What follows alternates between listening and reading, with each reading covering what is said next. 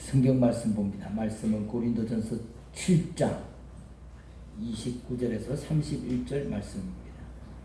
고린도전서 7장입니다.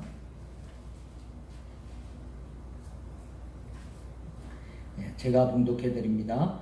형제들아, 내가 이 말을 하노니 그 때가 단축하여진 고로 이후부터 안에 있는 자들은 없는 자같이 하며 우는 자들은 울지 않는 자같이 하며 기쁜 자들은 기쁘지 않은 자같이 하며 매매하는 자들은 없는 자같이 하며 세상 물건을 쓰는 자들은 다 쓰지 못하는 자같이 하라.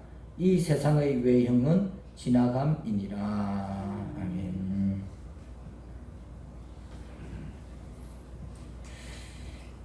도명수 작가가 언어의 유혹이라는 책에서 이렇게 말합니다. 사전 속 한 페이지는 보통 60개 내외의 언어가 적혀 있다. 한 지면에는 평균적으로 유혹하는 언어가 2~3개에 불과하다. 사전은 재미있는 얘기가 없다. 가나다 순으로 배치된 언어의 나열 뿐이다. 한마디로 무미건조하다. 그러나 간혹 만나는 설레고 떨리며 끌리는 언어가 있기에 730일을 보낼 수 있었다. 그래서 이 작가가 국어사전을 읽고, 소설책을 읽은 게 아니고 국어사전 그 두꺼운 것을 읽고 언어의 유혹이라는 책을 썼습니다. 여러분 뭐 국어사전 누구 읽으라면 읽겠습니까? 아주 재미없는 책이죠. 근데 이 두꺼운 사전을 완독하고 3000페이지 16만 개 단어 중에서 자기를 좀 유혹하는 언어, 좀 끌리는 단어만 7648개를 모아가지고 따로 사전을 만들었습니다. 글 쓰는 사람한테 자신을 사로잡는 언어를 발견한다는 것은 큰 기쁨이 되는 것이죠. 이것은 마치 낚시꾼이 하루 종일 그 강가에서 낚싯대를 기울이고 지루한 시간을 보내는 것 같지만 그 한 번 울척이 올라올 때 그 기쁨이 그 손맛이라고 그러죠. 그것을 좋아하는 것처럼 또 운동선수가 아주 고단하고 오랜 훈련 시간을 견디며 결국 경기에서 승리할 때 그 순간을 아주 기쁨으로 맛보는 것처럼 여러분 우리 인생도 국어사전의 책장을 넘기는 것처럼 또 낚싯대를 들고 고기를 기다리는 것처럼 또 운동선수가 운동장 트랙을 돌고 또 돌고 하는 것처럼 누구나 예외 없이 인생은 지루하고 또 의미 없는 그런 시간들을 견디면서 살아가는 것입니다. 그러나 그 시간을 참고 견디며 살아내는 것은 그래도 중간중간에 찾아오는 소소한 기쁨이 있기 때문에 그렇죠. 의미가 있고 가치 있는 어떤 것이 낚여지는 그 순간 모든 평범한 시간이 특별한 순간으로 변하는 것이죠. 사랑하는 우리 성도 여러분, 우리는 살면서 무엇이 기쁘고 무엇에 설레이고 또 무엇을 만나기를 기대하며 살아가고 있습니까? 얼마 전 CBS에서 며칠 전이죠. 김동호 목사님이 나오셨는데요. 최근 1년 동안의 언론의 모습이 안 보여서 저도 궁금했는데 아마 작년에 폐암 판정을 받으신 것 같아요. 그래서 폐암 판정 받고 투병 생활을 지금 하고 계시는데요. 그래서 너무 힘들고 어려워서 자신이 이 시간들을 어떻게 보낼까 하나님 앞에 기도하는 가운데 하나님께서 그 고통받는 사람들하고 그 고통을 함께 나누어라. 그래서 본인이 유튜브를 시작했대요. 자기가 매일 새벽 기도를 하니까 그 새벽에 기도하면서 말씀 보는 그것을 유튜브로 그냥 공개했던 것이죠. 그런데 그냥 몇 사람이나 들어올까 싶었는데 순식간에 이게 소문이 나면서 13만 명이 넘는 사람들이 지금 유튜브 채널에 몰려들었다는 것입니다. 그러니까 1년도 안 된 그런 시간 동안에 많은 사람들이 모여드는 것이죠. 그래서 그 중에 기억에 남는 댓글이 뭐냐고 그 앵커가 물어보니까요. 어떤 분이 아무로 너무 고통스러웠는데 이 유튜브를 통해 가지고 새벽기도 시간에 기도하면서 또 말씀을 들으면서 행복하게 하루를 보낼 수 있었어. 너무나 감사했다. 근데 이분은 이제 그 댓글을 남기고 돌아가셨어요. 그래서 본인이 그 댓글이 기억에 남는 이유는 그 사람뿐만 아니라 자신도 지금 이런 과정을 통해 가지고 투병 생활에 오히려 행복하다 못해 황홀한 그런 경험을 하면서 지금 살고 있다는 것입니다. 실제 자기 상황은 전에 한 번도 경험해 보지 못한, 어떻게 보면 자기 인생에서 최악의 해를 지금 보내고 있는데 오히려 지금 자기 자신을 돌아볼 때 내 인생의 최고의 해를 지금 살고 있다는 것입니다. 여러분, 예수 믿어도 가난할 수 있습니다. 불신자가 훨씬 부자로 살 수 있습니다. 그러나 예수 믿으면 인생이 어떻게 살아야 되는지, 인생이 무엇을 위해 살아야 하는가를 알기 때문에 잘 살 수 있는 것입니다. 진짜 행복하게 살 수 있는 것입니다. 이건 뭐 제 말이라기보다는 그 김동원 목사님의 말씀인데요. 그 말을 들으면서 제가 참 우리 교계에 저런 어른이 계셔서 참 감사하다. 요즘 교계에 어른이 없잖아요. 뭔가 우리가 바라보면서 신앙을 담고 또 따라갈 만한 그런 참 모습을 보여주는 어른이 너무 없는 현실입니다. 그래서 김동호 목사님이 또 자기 아들과의 에피소드를 하나 들려주셨는데 제가 참 기억에 남아서 여러분들하고 한번 나눠보고 싶습니다.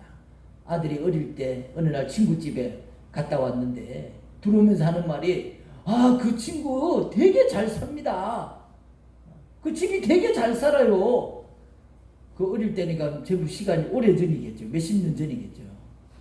그 친구 집은 차도 2대고 집에 풀장도 있고 CCTV도 여러 대 달려 있어요. 되게 잘 삽니다 하더라는 거예요. 그때 김 목사님이 내가 이 아이에게 중요한 것을 올바로 가르치지 못했구나. 잘 산다는 것은 행복하게 사는 것인데 그러면 그 친구 집은 되게 부자입니다. 부자라고 얘기해야지. 부자가 곧 잘 사는 건 아니잖아요. 여러분, 돈 많은데도 못 사는 사람들 엄청나게 많습니다. 엉망진창으로 사는 사람들이 세상에 얼마나 많습니까? 여러분, 정말 잘 사는 게 뭔지, 행복한 것이 무엇인지, 기쁨이 무엇인지, 그리스도인은 세상의 가치를 따라 생각하고 사는 사람이 아닙니다. 그리스도인은 하나님의 길을 주셨잖아요. 이렇게 살아라. 내가 뭐 길이요 진리요 생명이다. 하나님이 주신 길을 발견하고 그 가치를 따라 사는 사람. 허위와 허영의 시대에 진정한 가치가 뭔가, 내가 오늘 어떻게 해야 진짜 잘 사는 것이고 행복하게 사는 것인가, 그 가치를 발견하는 일, 이 싸움이 성도에게는 필연적인 싸움인 것입니다. 왜? 사탄은 인생에 중요하다고 여기는 가치를 볼모로 삼아서 우리가 주님을 부인하기도 하고 영혼까지 팔아먹도록 유혹하는 것이죠. 돈이 제일 중요한 가치야. 그래서 그거를 볼모 삼아서 사람들이 믿는 자라다 하더라도 돈 때문에 못 찾 짓도 하고 신앙도 버리고 살도록 만드는 거예요. 여러분, 그때마다 그 유혹을 뿌리치고 올바른 가치를 찾고 잘 사는 삶을 추구한다는 것, 이것을 영적 근시안으로는 결코 그 싸움을 이겨낼 수 없습니다. 그래서 성경은 어떤 세계관, 어떤 자세를 가지라고 얘기합니다. 전도서 7장 2절 4절은 초상집에 가는 것이 잔치집에 가는 것보다 나으니 모든 사람의 끝이 이와 같이 됩니다. 산자는 이것을 그의 마음에 둘지니라. 초상집에 가는 게 훨씬 낫다 하는 것을 마음에 두고 살라는 거예요. 지혜자의 마음은 초상집에 있으되 우매한 자의 마음은 혼인집에 있다. 여러분, 이 말씀이 뭡니까? 우리도 다 하나님 앞에 간다는 거예요. 하나님이 내일 오늘 밤에 부르시면 누구나 다 하나님 앞에 가게 돼 있는 거예요. 가는 데는 순서가 없습니다.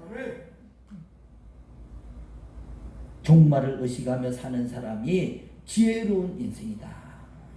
지혜로운 인생을 살 수 있다고 가르쳐주고 있는 것입니다. 여러분, 오늘 본문에서도 이 고린도전서도 우리에게 그런 신앙을 권면해 줍니다. 고린도전서에 우리가 읽은 말씀고 한 주간 묵상한 말씀 보면 바울이 결혼에 대해서, 이혼에 대해서, 가정생활에 대해서 많이 이렇게 다루고 있잖아요. 이제 그렇게 고린도전서를 그렇게 서두에 시작한 이유는 고린도 지역이 그 당시에 극심한 기근이 들었어요. 그러니까 경제적으로 너무 어렵다 보니까 야, 이거 결혼을 해야 되는지 또는 아이를 낳아야 되는지, 요즘 청년들이 그런 고민을 많이 하잖아요.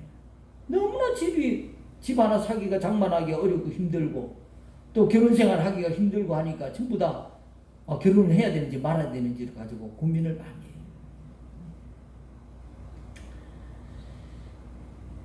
그래서 고린도도 마찬가지로 그런 고민이 있었기 때문에 바울이 그것에 대해서 대답해주고 있습니다. 바울은 뭐 원론적인 얘기를 하는 거죠. 결혼을 해도 되고 안 해도 된다. 그렇지만 현실이 지금 너무 어렵기 때문에 꼭 그냥 이게 그리스도의 말씀은 아니지만은 이제 바울이 성도를 아끼는 그런 마음에서 주의 명령은 아니지만 애써서 꼭 결혼을 장려하지는 않는 그런 어떤 뉘앙스의 얘기를 고린도전서에 이렇게 얘기하고 있습니다. 결혼이냐 독신이냐가 죄짓는 일은 아니지만 자신에게는 어떤 선택이 고난의 때에 더 주를 따르고 섬길 수 있을지, 어떤 것이 더 성도의 삶에서 더 가치로운 것인가를 생각하는 것이 중요하다는 그런 말씀이죠. 가치가 중요하다는 거예요. 우리 오늘 오후에 가정예배의 예화 중에 하나인데요. 손양원 목사님이 신사참배 반대로 투옥 되셨잖아요. 그 이송하던 중에 그 사모님이 잠시 만날 시간이 있어가지고 손양원 목사님을 만났습니다. 남편 없이 남편 감옥에 가고 또 일제히에 그런 감시를 받으면서 여자 혼자서 자녀를 키우고 가정을 꾸리는 것이 얼마나 힘들겠습니까? 얼마나 남편을 만나서 할 말이 많겠어요. 그 찰나의 순간, 잠깐 만나는 그 순간에 사모님이 요한계시록 2장 10절을 목사님에게 펴보이면서 우상에게 절하면 내 남편이 아니요 라고 했다는 것입니다. 그 말을 듣고 목사님도 담담하게 걱정 마시오 그렇게 대답했다는 거죠. 참 사랑이 뭐냐? 가정을 왜 꾸리느냐? 결혼이 뭐냐? 하는 것을 우리에게 생각해 보게 하는 그런 얘기인 것입니다. 뭐하러 가정을 꾸리며 뭐하러 결혼 생활을 하느냐?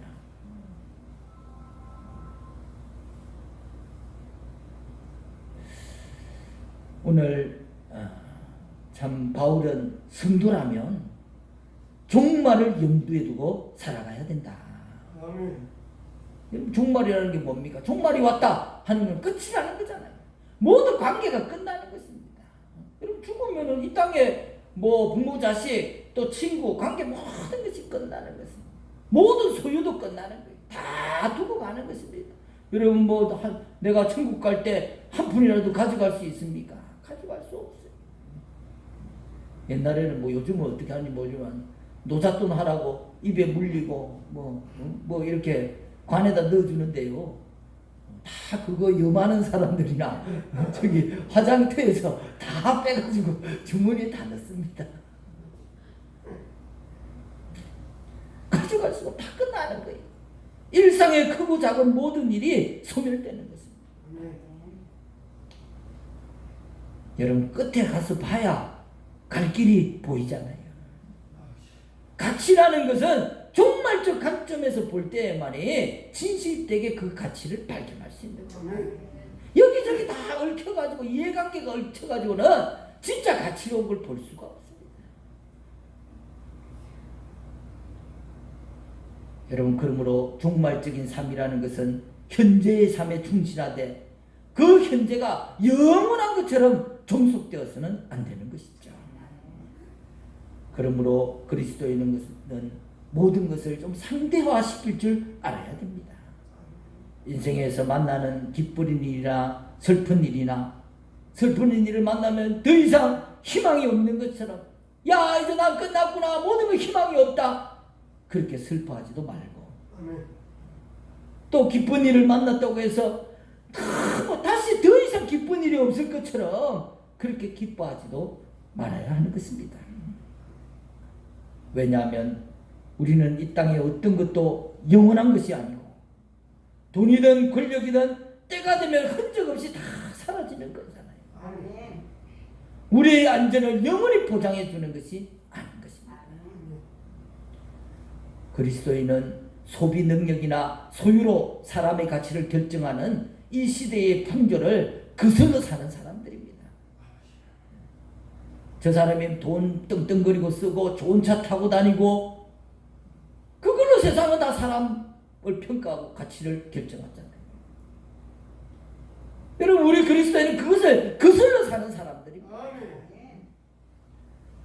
세상으로부터 도피해서도 안 되지만 세상의 풍조에 대해서 생각 없이 그냥 사람 다 그렇게 사니까 따라다니는 그런 삶을 살아서도 안 되겠습니다. 헬라 철학의 초연이나 불교의 해탈이나 무슨 무소유를 말하는 것이 아닙니다. 여러분 우리가 그렇게 살 수 있습니까? 이 세상에서 이렇게 들볶이고 사는데 부딪히고 사는데 어떻게 해탈하고 살고 무소유로 어떻게 살아요? 대단한 것 같지만 인간이 살 수가 없는 삶입니다.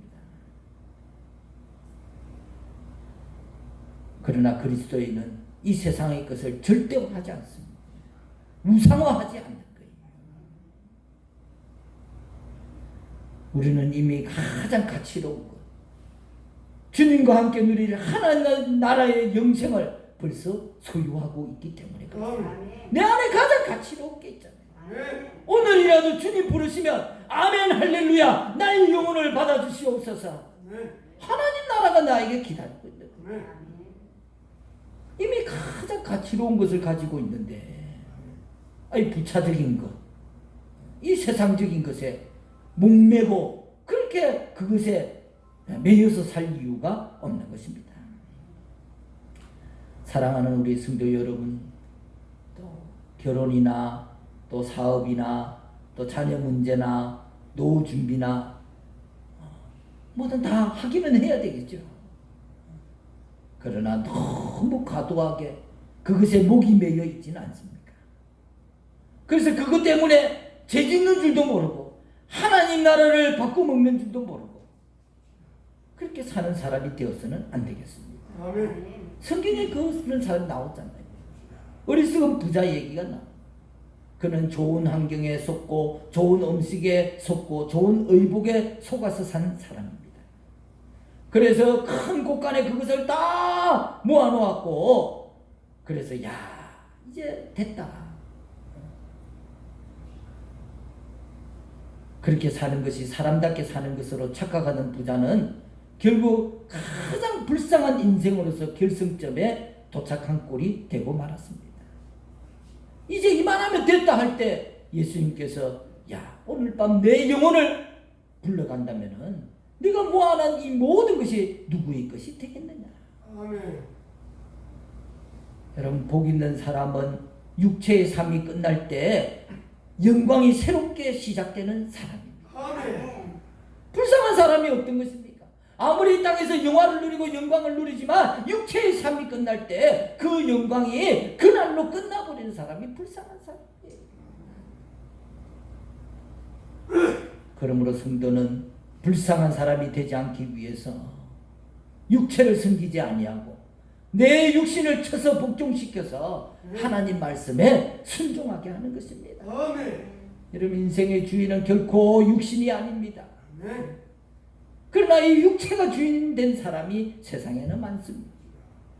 여러분, 인생의 주인은 하나님이신 줄 믿습니다. 육체가 주인인 사람은 무엇을 먹고 무엇을 마시고 그것이 관심이죠.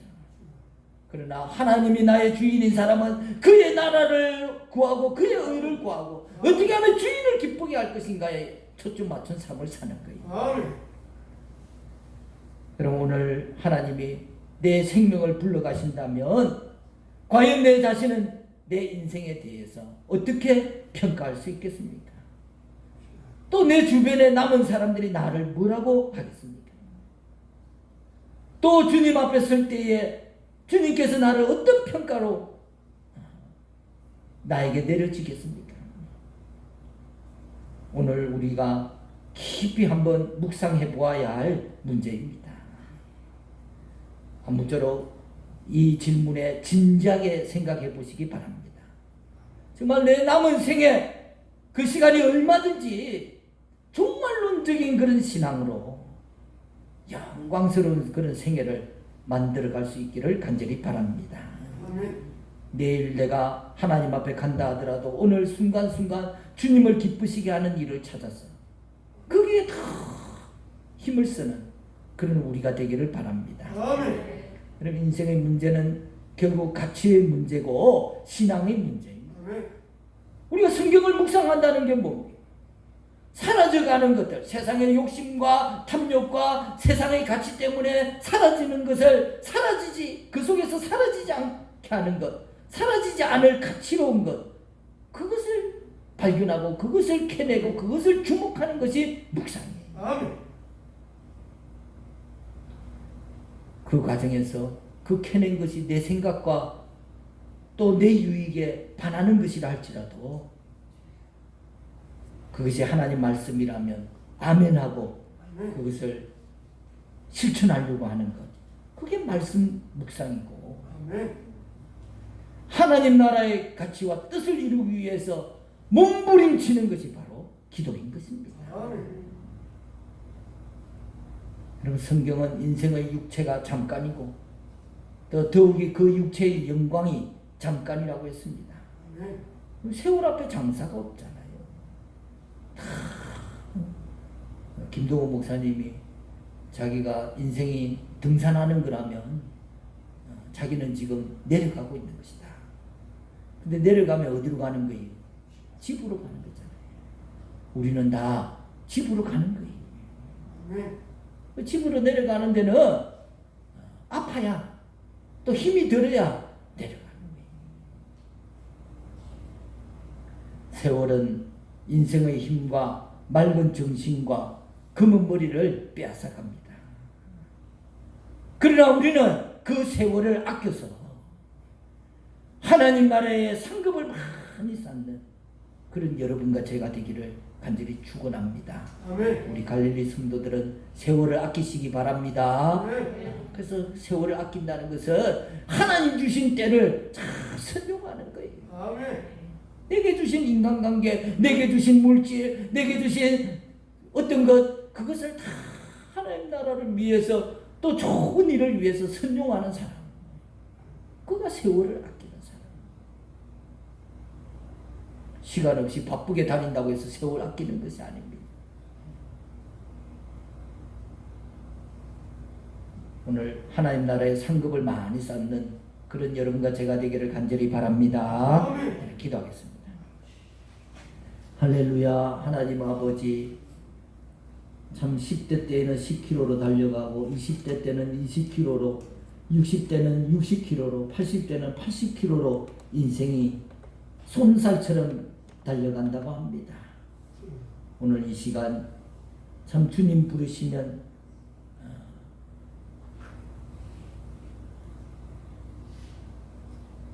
주님 앞에서 내가 과연 나에게 어떤 평가를 내릴 수 있을지, 또 다른 사람들이 나를 어떻게 평가할지, 오늘 내 자신을 돌아보면서 오늘 무엇이 중요한 것인가, 어떻게 사는 것이 잘 사는 것인가? 늘 참 하나님 말씀 속에서 하나님 뜻과 가치를 구하며 살아갈 수 있도록 인도하여 주시옵소서. 우리가 하나님 뜻을 구할 때마다 하나님 우리에게 지혜를 주시고 우리를 인도하여 주시옵소서. 예수님 이름으로 기도드리옵나이다. 아멘. 자, 자리에 일어서서 거룩하신 성령이여 찬양합니다.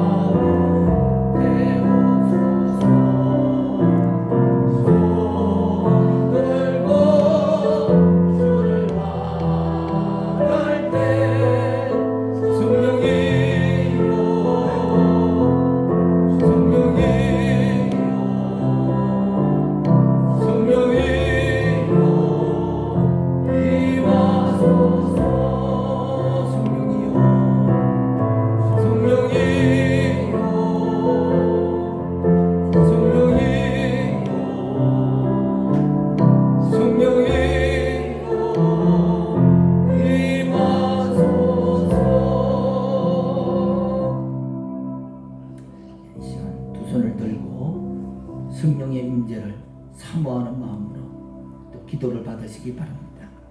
할렐루야. 성령 하나님, 오늘 두 손을 들고 하나님의 임재를 간절히 사모합니다. 우리 안에 충만히 임하여 주시옵소서. 성령님, 더 충만히 임하소서. 더 충만히 임하소서. 그래서 성령의 실제하심과 성령의 동행하심과 성령의 음성을 들으며 살 수 있도록 인도하여 주시옵소서. 성령님, 더 충만히 임하소서.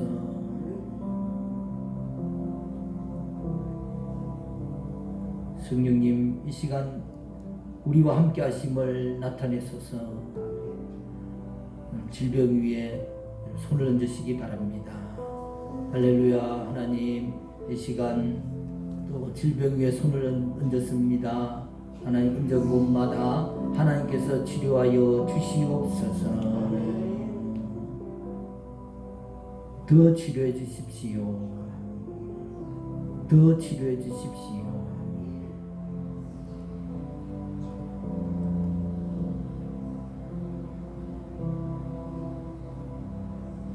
더 치료해 주십시오.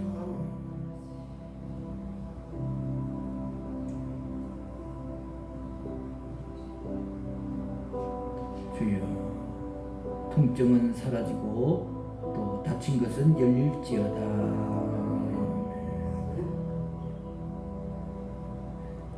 예수님 이름으로 기도드리옵나이다. 아멘. 이제는 우리 주 예수 그리스도의 대속의 은혜와 아들을 보내신 하나님의 사랑과 성령의 감화감동 교통하심이 우리 갈릴리 교회 모든 성도들의 머리 위에, 가정 위에, 자녀들 위에, 생업 위에 영원토록 함께 하시기를 간절히 축원하옵나이다. 아멘.